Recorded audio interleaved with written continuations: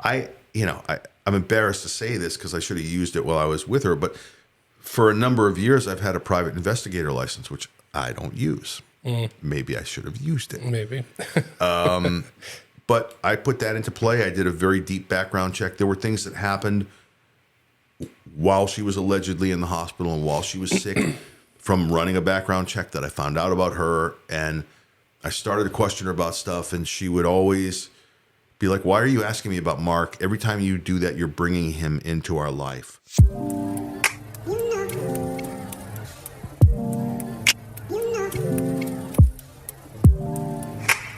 Here at the Paso Robles Podcast, I have a very special guest from all the way from Vegas, right? Is that where you're from? All the way from Vegas. So we got Harry, the author of the Rachel Cancer scam, and today we're going to be talking about what motivated him, how that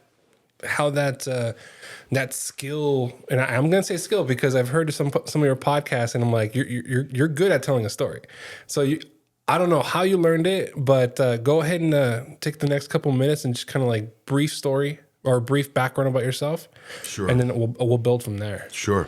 So in terms of the background, my background is radio broadcasting. So I was, around radio stations when I was a little kid. When I was 12, 13 years old, I was hanging around. This is before labor laws. You could hang around at a radio station. Now, people go to jail for kids around, but I would get coffee, I would do whatever. But I learned how to run all the equipment. In these days, like you have the same setup that I have at home. It's this Roadcaster, right? And the Roadcaster is better than any radio board. You talk to the guys I worked in radio with that are still around, and those guys are like, that's the best radio board there is, right? Better than anything any $10,000 or $20,000 radio board that we worked with. That Roadcaster is the key. So I worked in radio. I got on the radio. I was on a radio station in New England.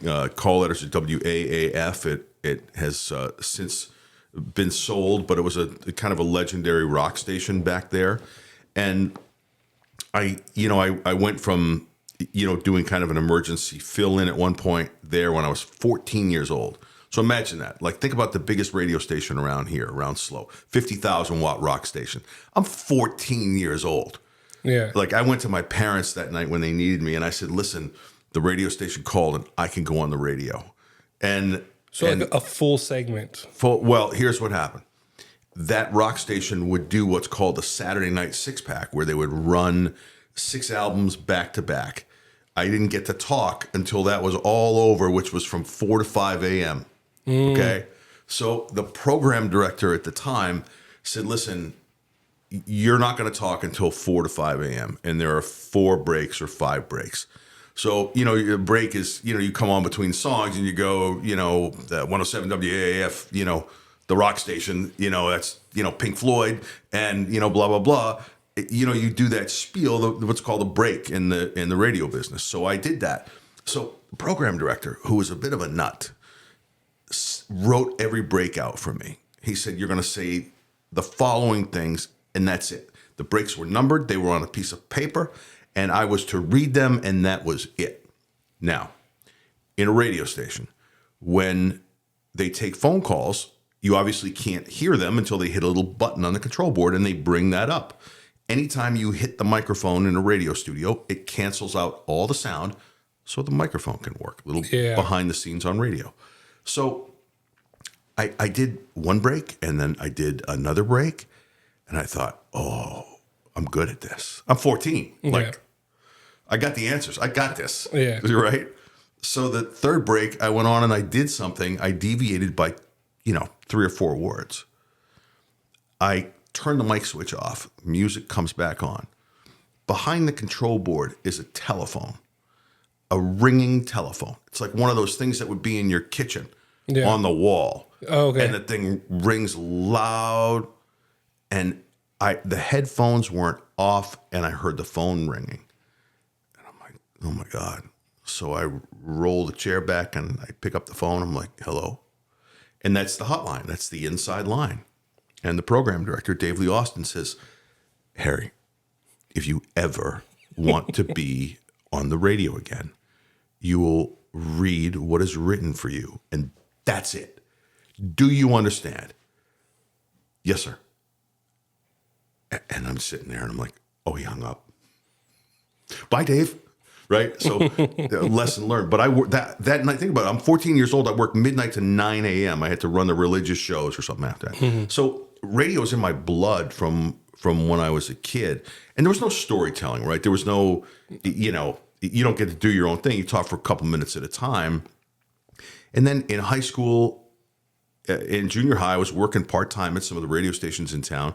And then when I was a senior, there was a guy that hired me to work at a radio station in New England, a fairly, decent-sized radio station. And I was 17 in high school. I worked every Saturday and Sunday afternoon. And it was like, oh my God, I'm in high school and I'm on the radio every weekend. That's a pretty good flex. It was pretty cool. Yeah. It was pretty cool.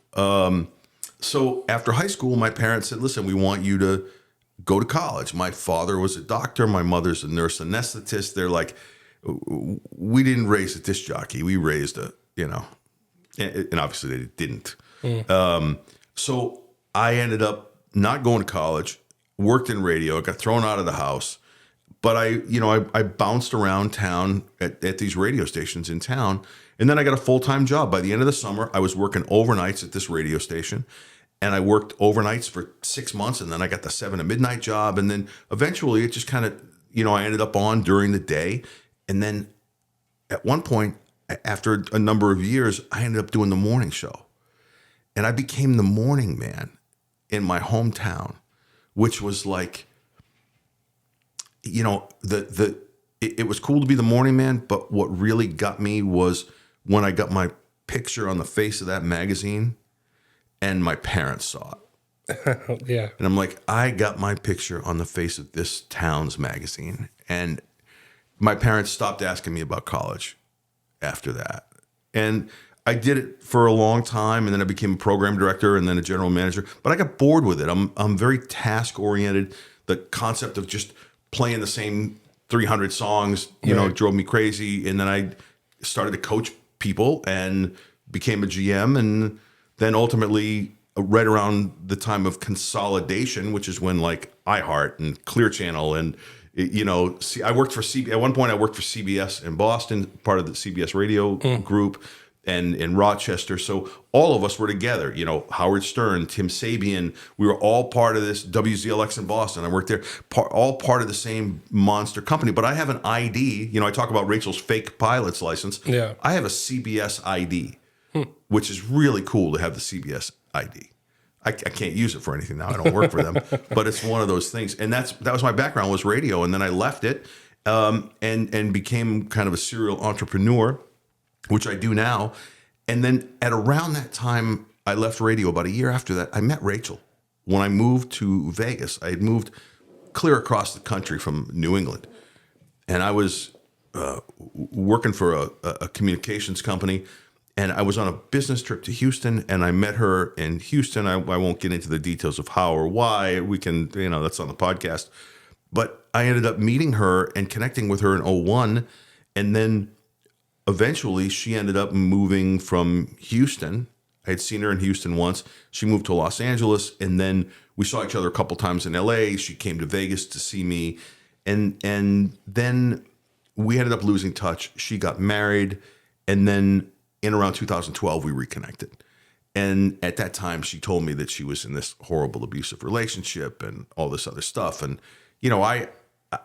I wanted to protect her. My marriage had been falling apart. I have a background in martial arts. And at that point, I had been, deep into it for 10, 12 years. And I'm like, I'm not going to stand by and watch her get beaten up. I'm going to stand up for what's right. And she had to talk me out of coming here to deal with that. But I kind of felt like I wasn't going to leave her side. She about a year and a half after that told me that she did get beaten up again, but when they opened her up, they found cancer.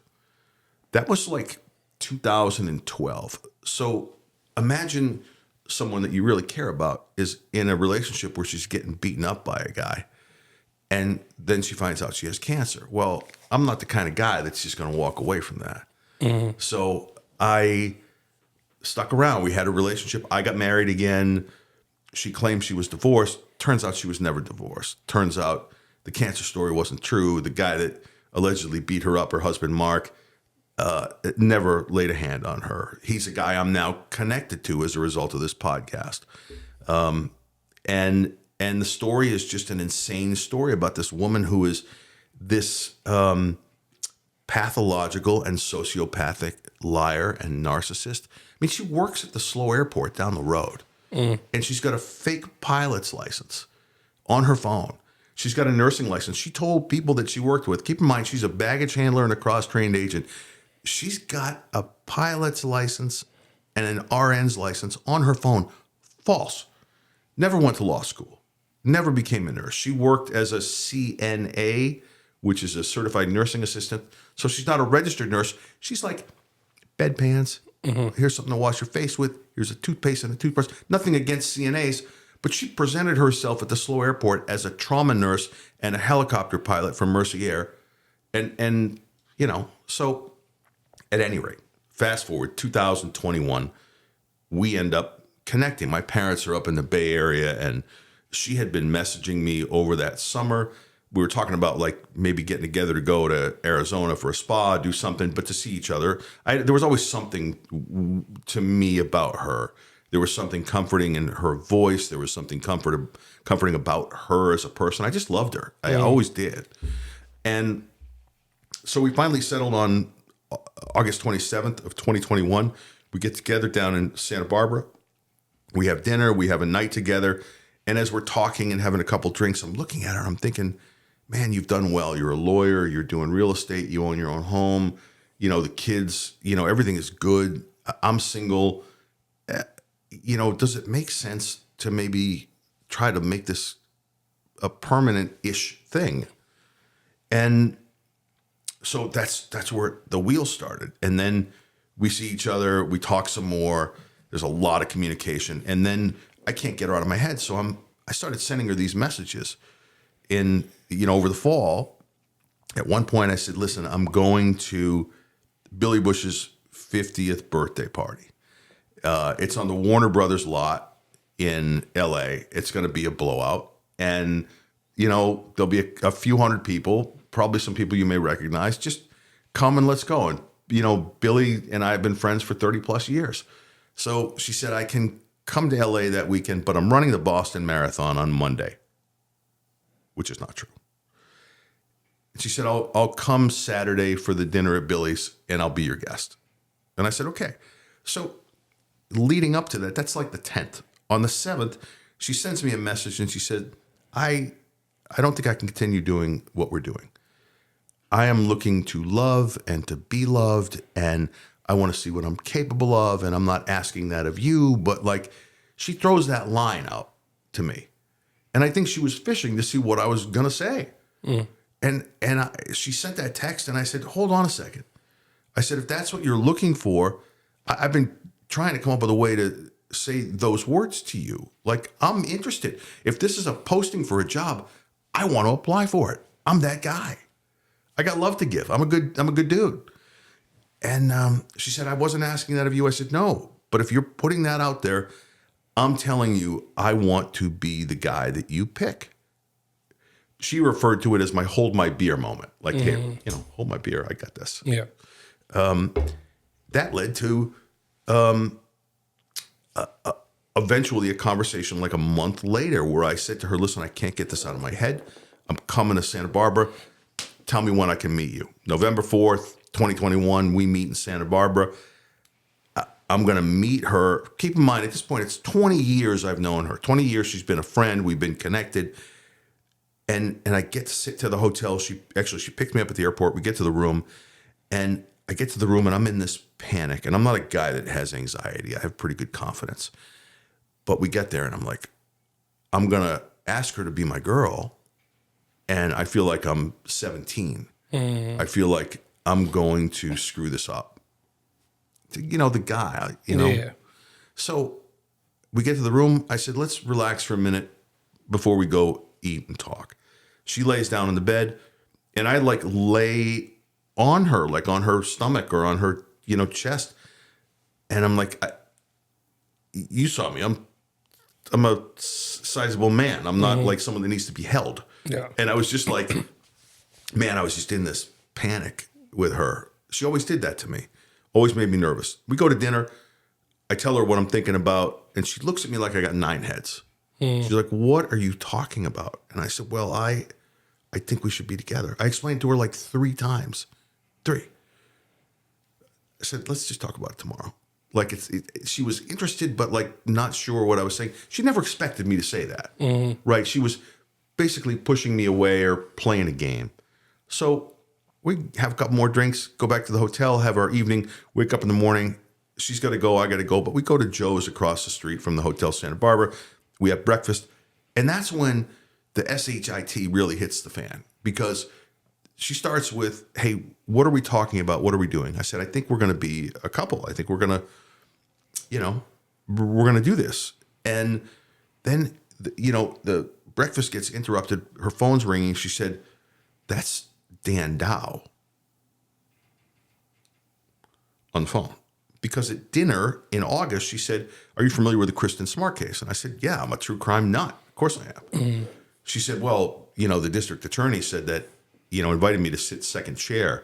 Second chair is like, you got Chris, I can't pronounce his last name, but the guy that prosecuted that case. Yeah. And then, assisting Chris will be Rachel.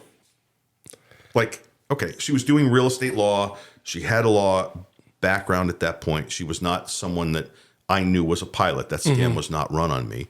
And then I'm like, okay. So she excuses herself. I eat my breakfast. She comes back. She said, Dan Dow is going to, give up his job. He's going to run for office. And they would like me to, he and a judge would like to meet me and have dinner with me tonight and talk to me about it. I'm like, really? Like, I don't know. I mean, I'm still like in that spot where I'm asking her to be my girl. I got questions after. Go ahead. You ask whatever you want. Everyone's got questions. This episode is sponsored by Valeria Hinoves with RE/MAX, your local real estate expert here in the Paso Robles and Central Coast. Whether it's your first home or your forever home, Valeria makes the process smooth, personal, and stress-free. She's bilingual, experienced, and ready to help. ¿Hablas español? Ella también. Call Valeria today at 805-212-6387 and let's get you a home. This episode is sponsored by Lion Pro Flooring. Give new life to your floors with beautiful, professionally installed flooring. Whether it's hardwood, luxury vinyl, or carpet, your home deserves a quality you can feel and craftsmanship you can trust. Serving Paso Robles in all of SLO County, Lion Pro Flooring is your local expert in transforming spaces. Call or text 805-712-3710 for a free estimate today. That's 805-712-3710, Lion Pro Flooring, when quality matters. This episode is sponsored by Santos Bros Plumbing. Are you in need of a dependable and effective plumber you can trust? Look no further than Santos Bros Plumbing, your trusted local plumbers in Paso Robles, California. Call them now at 805-360-4679. That's Santos Bros Plumbing. So when you were eating breakfast and you were talking about like, okay, so what's going on? You're like, I think we're going to be a couple. Did you see the phone actually ring? I heard the phone ring. You heard the phone ring. So my mind goes through it. Obviously, like there's a lot of false information coming from the other side. So yeah, what went through your mind after you started investigating? And you obviously there's like a rush of different scenarios going through your head. Like, wait, it's like it's clarity, right? And now you start thinking about all these memories, all these little situations, all these little mannerisms or demeanor changes and stuff like that. So what went through your head when you went, okay, I know a lot of things are lies now and I'm trying to expose her. Did you think about that phone call again after that? I drove in, I literally, we're doing this on Monday night at 7:30 at night. Mm-hmm. I left Vegas this morning at 10:30. I just got here. I just literally rolled in tonight. Appreciate it. Of course. And on the way here, I was listening to my own podcast again. Yeah. I got through the first season and a good chunk of the second season. And I'm making notes, and I'm now because I didn't really listen to it much after I recorded it. This was done a year ago. Mm-hmm. Like I wrote the podcast, the first season, in the spring through, it was done at the end of June or beginning of July of 24. We're now a year later. Yeah. Right? So I hadn't gone back to listen to the first season. I didn't even want to listen to it when it came out. I'm sick of the sound of my own voice. So I'm driving here and I'm like, oh, I talked to someone that's coming to this event tomorrow night, and she said, I'm going to re-listen to the podcast on the way in. And I thought, boy, that's a lot of time. Mm-hmm. And then I got in my car this morning. I'm like, maybe I should listen to the first season of the podcast. And now that I'm hearing some of this stuff, it's just what you said. Just what you said. I'm thinking, this phone call at breakfast, like the lawyer, what she was doing. Well, my perspective now, a year later, is that she was setting me up that she was going to have this job, which there's danger involved. You talk to Dan Dow or any of these guys that are prosecutors, and they will tell you that there are always going to be threats around from people you prosecute. May not be every day. Yeah. But you talk to prosecutors around the country. I watch a lot of crime TV and have a lot of friends in law enforcement. It's a great job for these guys. Yeah. But it's a dangerous job. You screw around with the wrong person and you end up with some sociopath. You get a knock at the door some night. And you know what goes through my mind when you're saying that is there's danger involved with that position. Yeah. Remember the earlier feelings you had where you had to protect her? You're in martial arts. Yeah. All I can think about is like she saw that. She sensed that, and then every time there was a pivotal moment between you guys in a relationship, she created danger. It's very interesting. This is like a therapy. Did you invite me here? Are you with? No. I've been doing a lot of reading myself, and it's very interesting when I see these like dynamics and like she's like pulling you in, the push and pull situation, right? Yeah. And so when you said that, and you started off with, you want to protect her, she's telling you about an abusive relationship, and she sensed that thing inside you that you want to be protective. Sure. So when you're being vulnerable about being a couple, she all of a sudden has a phone call that later on shows danger is involved. It's true. It's very true, and I don't think I ever looked at it like that, but I'm in a place where I'm starting to show vulnerability, and I've never been a guy that's shown a lot of vulnerability to anybody, but she got me there. Mm-hmm. And then at the same time, there's this protective thing where I remember saying to her, I don't love the idea of you being who you are and taking a job like that. I would worry, calls in the middle of the night, you got to go out, you got to do something, that's a challenge for me. Yeah. But she set me up for the push-pull. Yeah. I'm going to use that. Yeah. It's a very interesting and astute observation about the situation. But when I look back on it now, especially listening to the podcast on the way in here, I made a whole bunch of notes, even just to refresh my memory, to go, oh, she did this and she did that. I didn't find out in pieces, Miguel. I found out the day that her husband called me, 2 years to the date that she told me that she was pregnant and that she had cancer. December 20th, 2021. After we had picked each other, a month and a half after that, she said, I think I'm pregnant and I think I have cancer. All protective. She wants you to feel like you have to protect her, to fix it. Miguel, where's the tissues? Damn it, I thought I wasn't going to cry here tonight. This episode is sponsored by Pueblo Furniture in Paso Robles. Skip the credit card headache. Talk to Roger and get 0% in-house financing on quality furniture you'll love. Visit them at 1030 Railroad and 10th Street or call 805-239-5942. That's Pueblo Furniture. Comfort you want, payments you can handle. Y sí, se habla español. Just ask for Roger. This episode is sponsored by Western Janitor Supply. They have cleaning supplies and equipment for any workplace.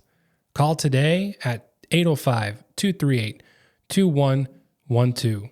They provide an extensive line of chemicals, paper products, and floor equipment. Again, that's Western Janitor Supply, located in downtown Paso Robles. This episode is brought to you by Red Scooter Deli on 6th Street. Craving something delicious in Paso Robles? Red Scooter Deli on 6th Street has you covered. Enjoy tasty sandwiches, fresh salads, and smoothies like the Banana Nut Blast, my personal favorite. Kick back on the covered patio, sip on a cold beer and wine, and enjoy the easy parking. Order online for pickup or dine-in. And here's a treat. Use promo code PODCAST for $5 off your next order. That's PODCAST for $5 off your next order. Open daily from 6:30 a.m. to 4 p.m. Red Scooter Deli. Local flavor, fast and fresh. So, no, and that's one of the things, like, it's not, you know, for me, it's like, it's not like any kind of, in the moment, it's hard to find clarity. Yeah. After, when you're driving, what was it, 6 hours, 7 hours? 7 hours, 7.5 hours. 7 hours. You start really, like, the quiet makes noise, if that makes sense. The silence at times when I was going through what I thought was her hospital stay was deafening.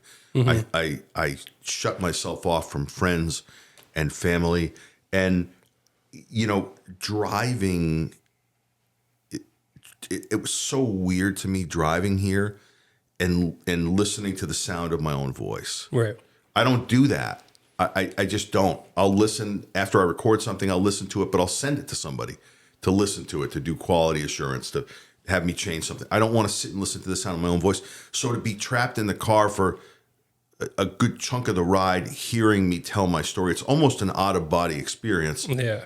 To hear me go, I waited my whole life for the perfect woman. Like, that's how the podcast begins, with those words, right? Yeah. And, you know, it was strange. And the silence and that time driving here today was maybe good on one hand, and maybe from a mental health perspective, it wasn't the best thing I could have done, just because it got me back into that space. And it kind of, like, there's some stuff, I don't think you've listened to the whole podcast, but there's a couple episodes at the end of the first season, 10 and 11, where it's just really emotional. And I left the emotion in the episode, you know, her being pronounced dead and kind of what I went through. And you can hear me choking up.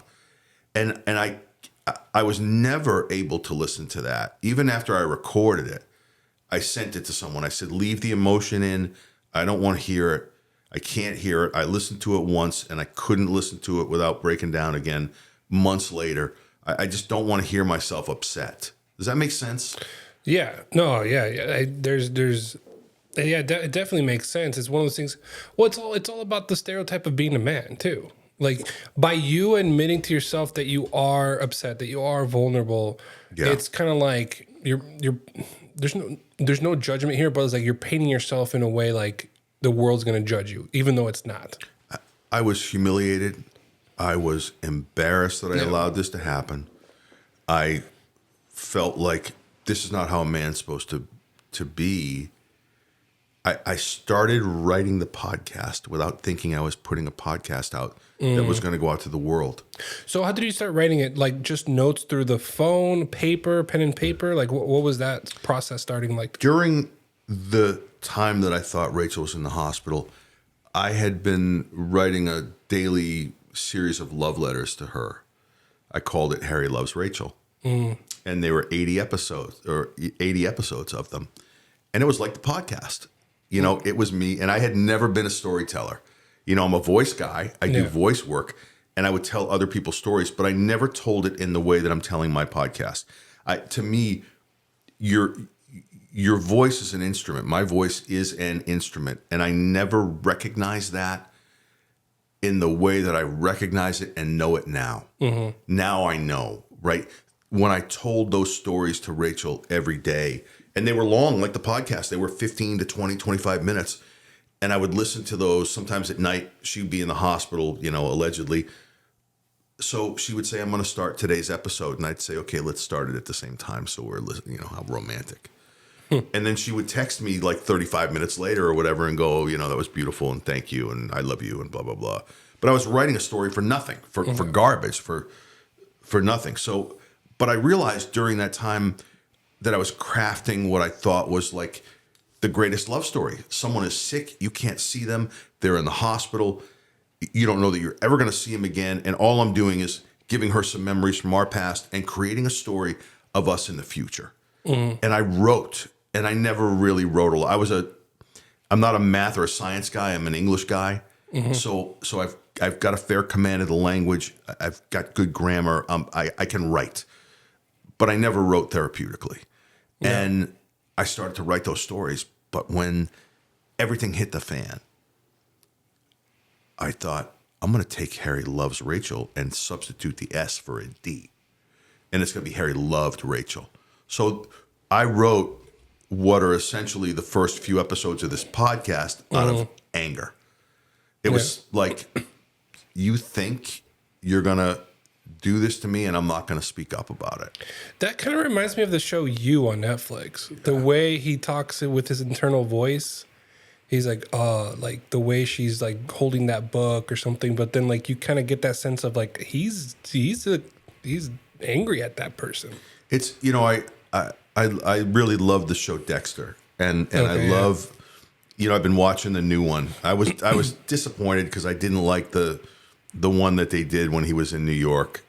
I'm not up to date with Dexter. Skip that. Go to the new one, because the new one's really great, and it's, you know, Michael's narration is lovely. You know, because it's sarcastic. It's, you know, he's a sociopath, so there's never really any warmth to it. But I'm a voice person, so I'm captivated by people's treatment of storytelling. Yeah. And to me, when I wrote those stories for Rachel, those, no one will ever hear them. I don't think I'll ever be able to release them. I can't listen to them. But when you listen to me tell those stories, they're heartbreaking and lovely stories. Lovely. And I never wrote, you're sitting here with a guy that never once wrote a love letter to his girlfriend in high school. Like, that's not me. And all of a sudden, because of what we're going through, all this emotion's coming out, and I'm writing a story, and so then I started to turn it into this other thing where there was anger, but there was like calling her out for her BS.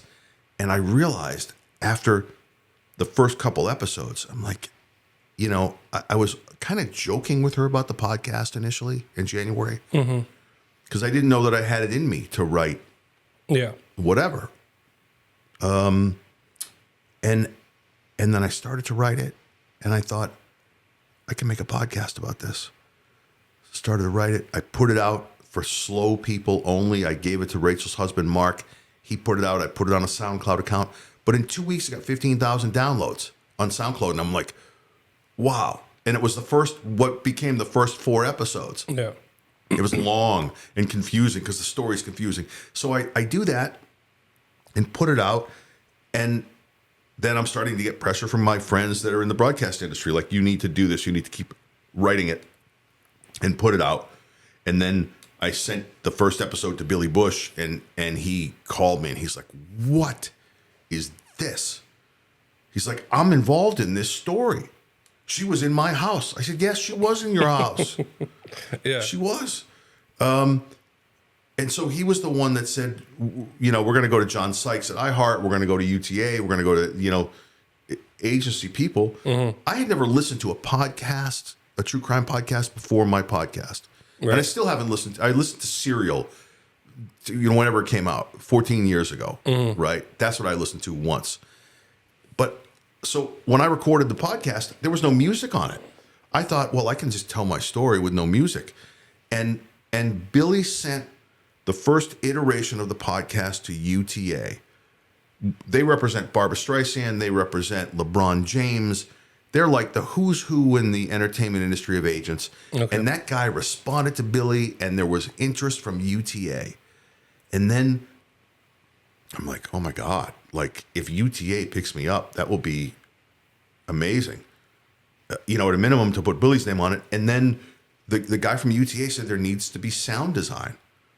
I'm like, what's sound design? Like, what's that? And, you know, and I talked to a friend of mine. He's like, go put on a Wondery, go listen to Dirty John, go listen to, you know, and shame on me for not doing that. But I still don't listen to it because I don't want someone else's podcast or the way someone else puts their podcast together to influence how I tell my story. To me, I want to tell my story how I tell my story. And I think there's incredible power in telling your story for anyone. Even, you know, I followed you since you launched. And, you know, you obviously don't do a podcast in the same way that I do or allow people to do podcasts in the same way. But I could see myself sitting in a studio like this and telling my story. It would be vastly different. But there's power in telling your story, whether you're in real estate or you're in business. There's power in being able to do that. I got to cheat because I spent years on the radio. I spent years coaching radio people and doing talk radio.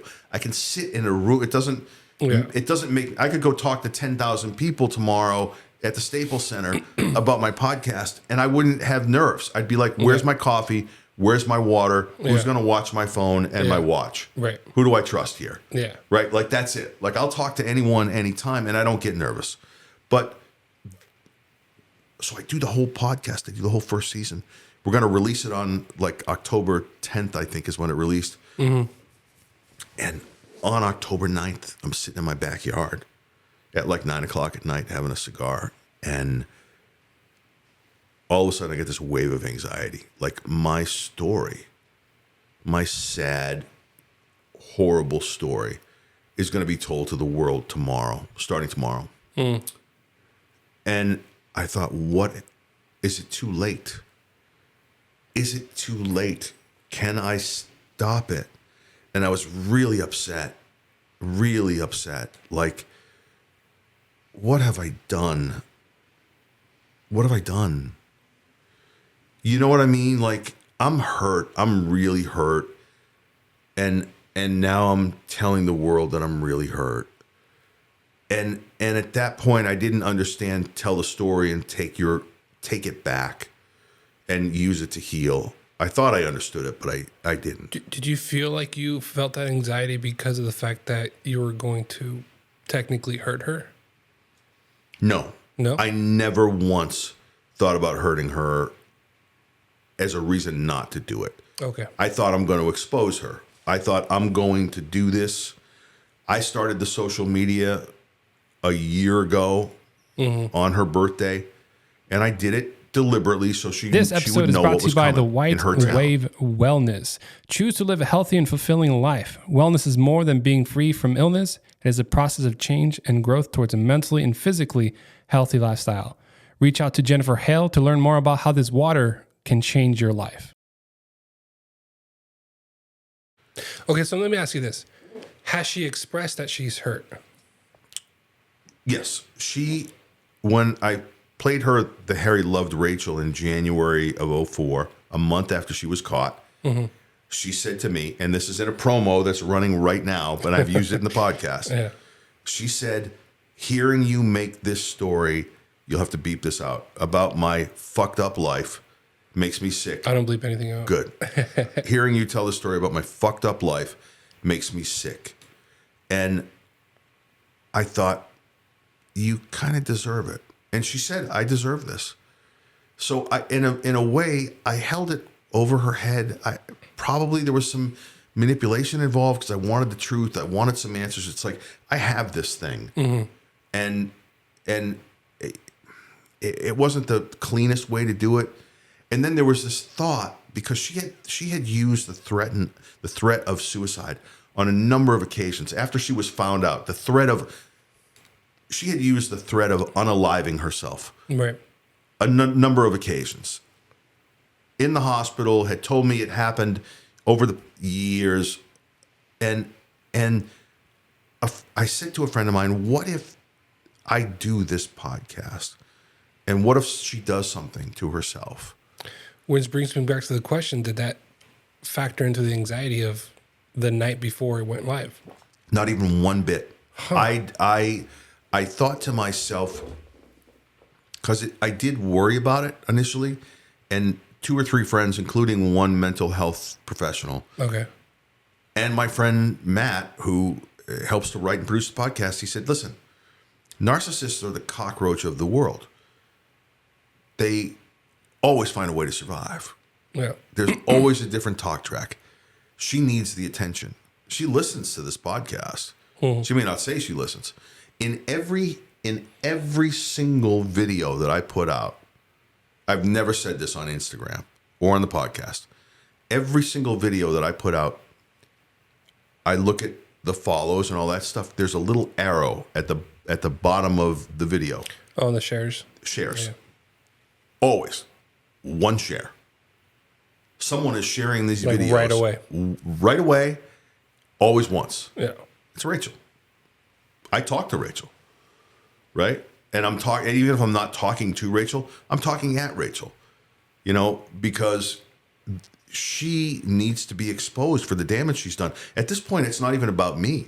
Like, yeah, I was nervous, I was anxious, all that stuff. I got past that. The podcast came out, it was well received. I think by the end of summer, I'll have 1 million downloads. The podcast. I mean, imagine that. Yeah. Like, it's me.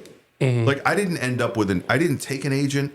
I didn't take any marketing money from Billy. I didn't do anything. Any money that I spend on the podcast with sound design or anything, it's money out of my pocket. I don't make any money on this podcast.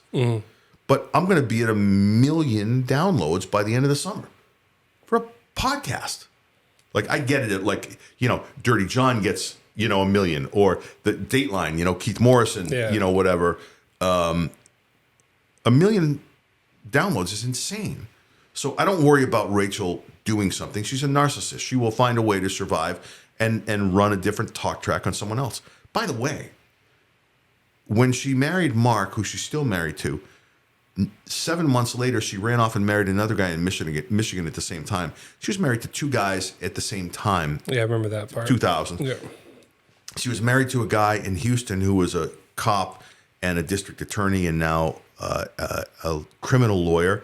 And she cheated on him and left him. She, ran the pregnancy scam and the cancer scam on a number of us. She is a con artist. She's a seasoned con artist. So let me ask you this. Because you're saying you're past that, right? You're just trying to expose her. You're not, I know there's some level of anger still. There's always going to be some frustration, right. some regret. But at some point, can this story be an excuse to keep talking about her? You mean, it's funny. What's the end game here? At one point, when she tried to shut me down, she went to the Paso Robles Police Department. They were investigating Mark for a whole bunch of shit. And then she said to them, by the way, there's this, Instagram account that I want you to get shut down. He's telling all these lies about me. They're like, why would we shut this down? What kind of lies? And she said, well, he's telling people that I said I had cancer or that I was a lawyer. She said, I'd never have in my life told anyone that I had cancer or that I was a lawyer. I have the police report from this. The police, when they talked to me about it, they said, what's your end game? What you just said. I said, my end game is to expose her. Okay. Right? I'm not going to give her last name. I'm not going to show her face completely with her eyes. Right. But my goal is to expose her for the narcissist she is, for the woman who just leaves nothing but a trail of destruction. And I feel, it's funny, I feel like in a way I'm a little angrier than I normally am because I wrote in and I listened to 15 or 16 episodes of my podcast, so it's fresh in my head now. Yeah. But, so the police, they hear that, and then a week after that, they call her sister, who, by the way, Rachel told me her sister died in a car crash. I remember that part, yeah. They call her sister, and they say, why don't you have a relationship with Rachel? She tells, this is in the police report. She said, well, Rachel told the whole family that she had cancer twice and that she went to law school. The police have investigated Rachel. There's an ongoing thing right now. I think this is going to blow up in her face. My goal is to get her stopped. She took $30,000 from Caps Low. She never paid that money back. They sued her. She owes the state of California around $90,000 right now.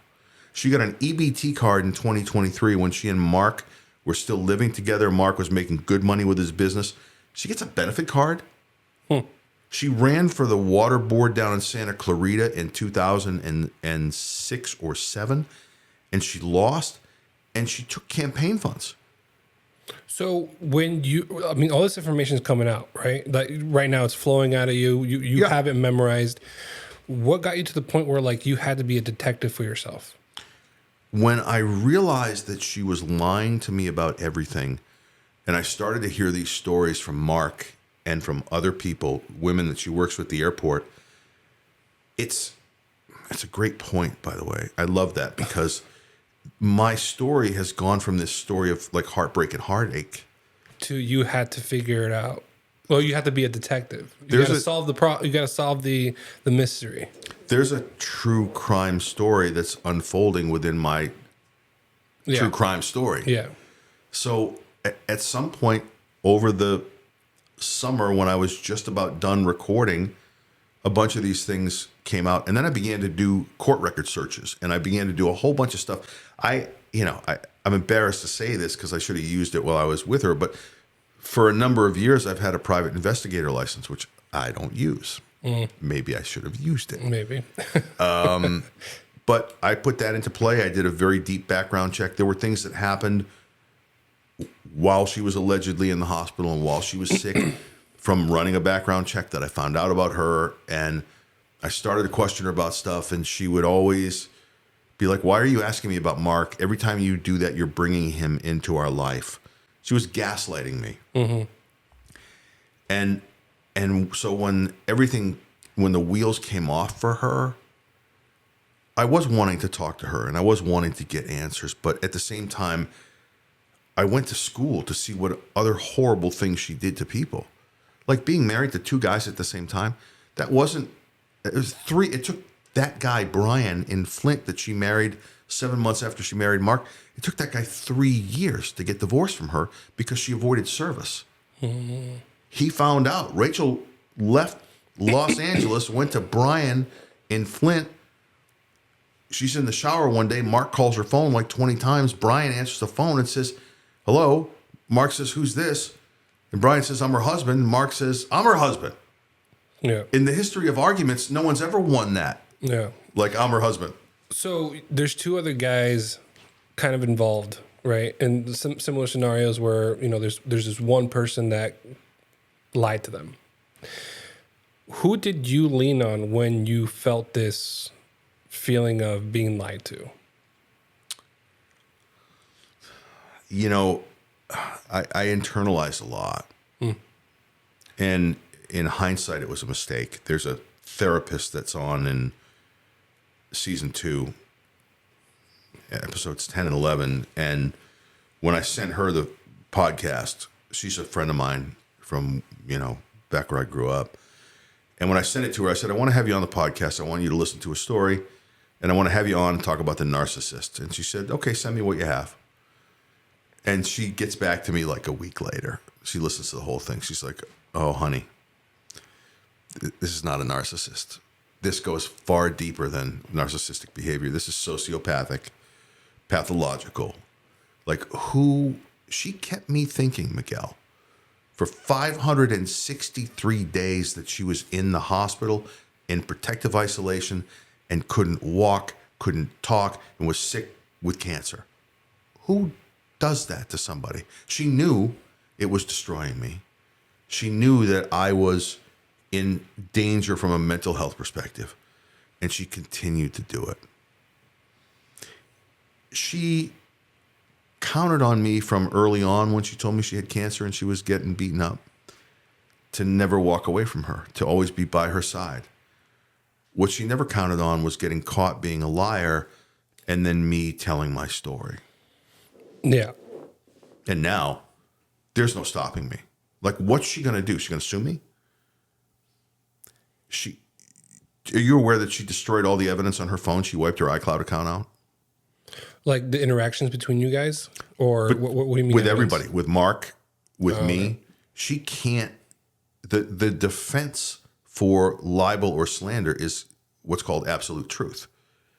What's she going to do? Sue me? I have every single text, every single everything in this phone, every handwritten doctor's note, every fake cancer picture here, backed up 6 ways to Sunday in case I get mugged while I'm at Paso. But I am not getting mugged. Yeah.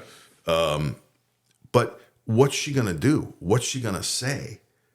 Mm-hmm. No. If I have 2 attorney friends that are sharks, that are like, let her sue you. I can't wait to depose her. One of them's been my friend for 20 years. He's like, I can't wait to depose her. Tell me when they want to get their hands on the information. And if it's not there, that's a weird coincidence. Yeah. If she wants, I mean, listen, this is trouble for her right now.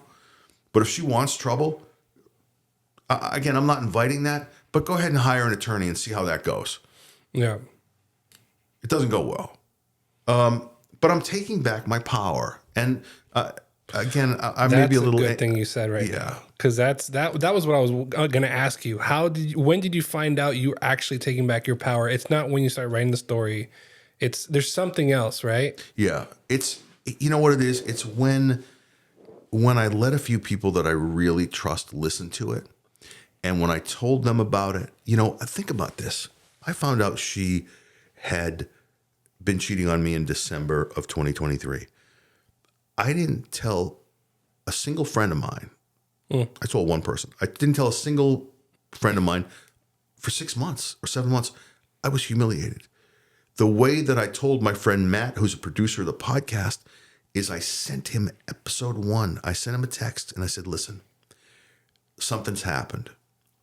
And I'm sorry for not talking to you, and don't be angry with me about it. But I wrote a story about it because I can't text about it and I can't talk about it. You can't ask me any questions about it. You found a way to do it though. And I realized that my power is in opening my mouth. My voice is my instrument. My voice is my power. My heart and my heartache powered me. And now my brain and my will are powering me through this. And I'm nearing what I think is the end of the story. I mean, I hope it ends with her arrest, but I think I'm getting close to the end. Yeah. My friend Matt said, listen, season 2 is not it. Season 3, jail. That's the last season. Yeah. So, and hopefully that happens. Hopefully she picks up a couple charges. 9 false police reports. She's done all kinds of shenanigans. So talk to me a little bit about, I want to say Billy Bush. You mentioned him a couple times. Yeah. How involved is he besides being in the story?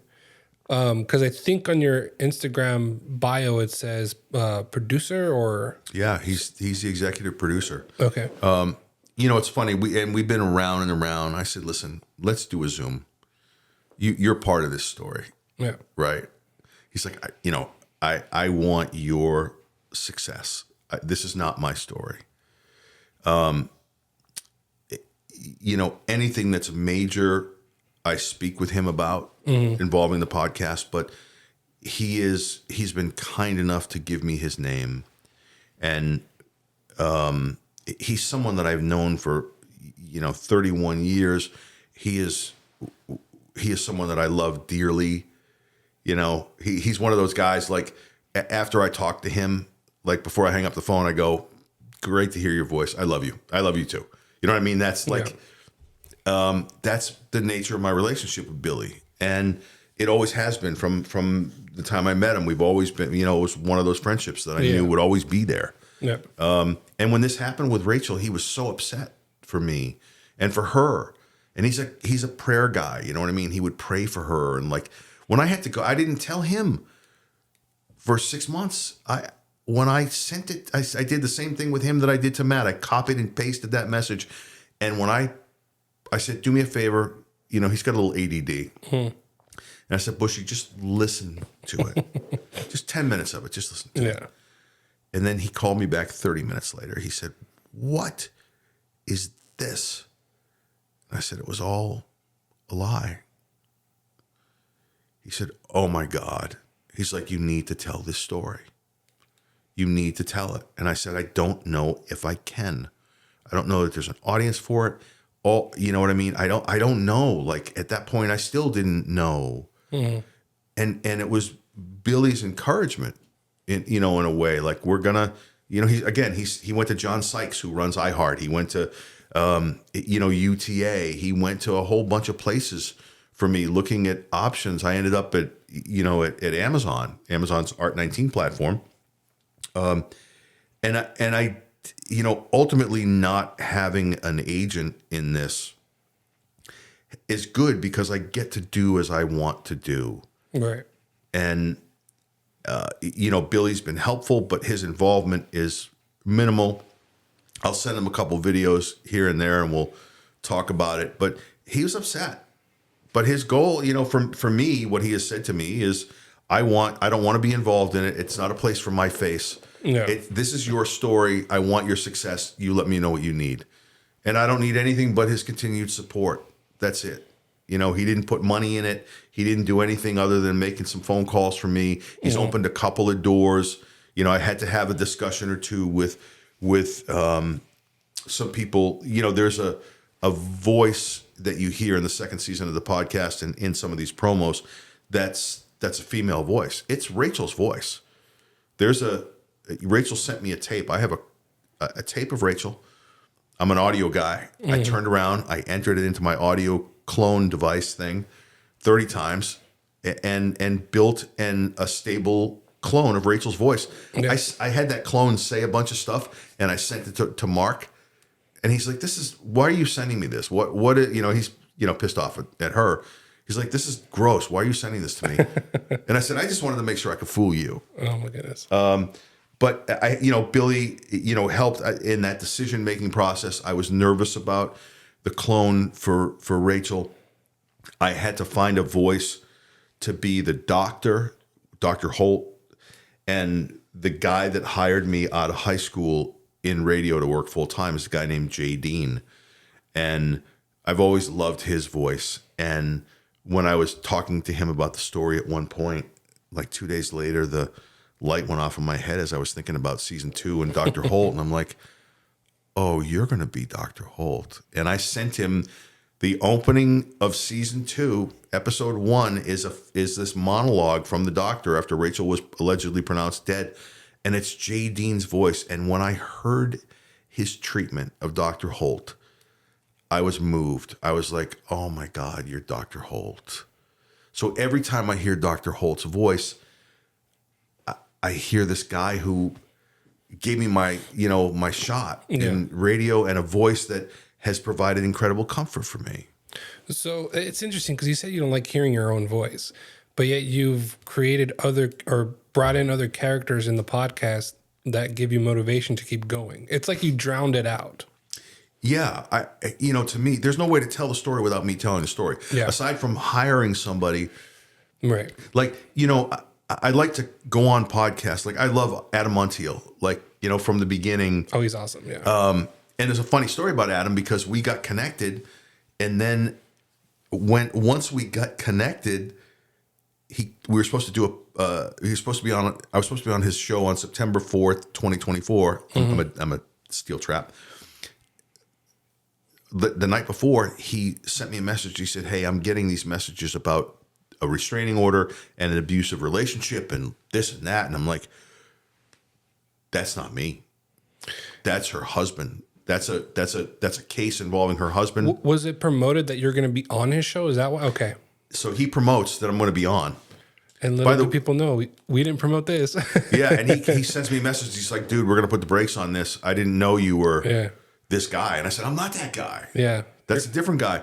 But what he did before he had me on was he actually, and I didn't know he was doing this, but he reached out to Billy Bush on Instagram. And he said, hey, this is who I am. I'm up in, San Luis Obispo, and I'm, inquiring about Harry and the story and blah, blah, blah. And Billy, he never responds to me this quick. He responded to Adam almost immediately and said, yeah, I know Harry. I know the story. And, any questions you want me to answer, I'm happy to answer. But Billy opened the first door. Adam was the first person. And then we had this interview and we have stayed in touch. I mean, I've got what I consider a friendship, with him now. He's just a sweet guy and our backgrounds are similar. And, last time I was here in May, we got together for a drink and no podcast, just, a drink and hang out. But, to me, being able to tell this story wherever I can is most important, because taking back my power, especially as a man, 85% of true crime listeners are women. And I hear from a lot of women that will talk about being victims of narcissists, but I don't hear from a lot of men, because it's not cool to go, I got hurt. I got my heart broken. this woman had me thinking she was in the hospital for a year and a half, and I gave everything. Most scams, Miguel, involved money or something tangible, property, a boat, a car, a house. This was, this sucks because she did this to me for attention. I have a text that says, as she's explaining to Mark why she did this, and she's talking about the different men she cheated with, I have her writing saying, I lied to Harry about cancer for attention. Imagine that. She lied to me about cancer, had me in a place where I was thinking seriously 2 or 3 times about the worst possible harm I could do to myself because I didn't want to be here. And she knew that I was there. And she did that for attention. And she's dangerous. She's really dangerous. If you're willing to do that to somebody, you need help. And the problem with narcissists and sociopaths is that they don't ever ask for help. And as a man, to be a victim, survivor of a woman who is a predator is an embarrassing thing as a guy. And I would encourage, if I could do one thing with this, it would be to reach out to men. I appreciate all my supporters and all the women, and there's a huge group of people up here in Paso. I call them my cancer warriors, but a group of women. There's and they rallied around me in the beginning. They were so furious about this. But where are the guys that have been hurt or have been, victims or now survivors of this? And they're not out there.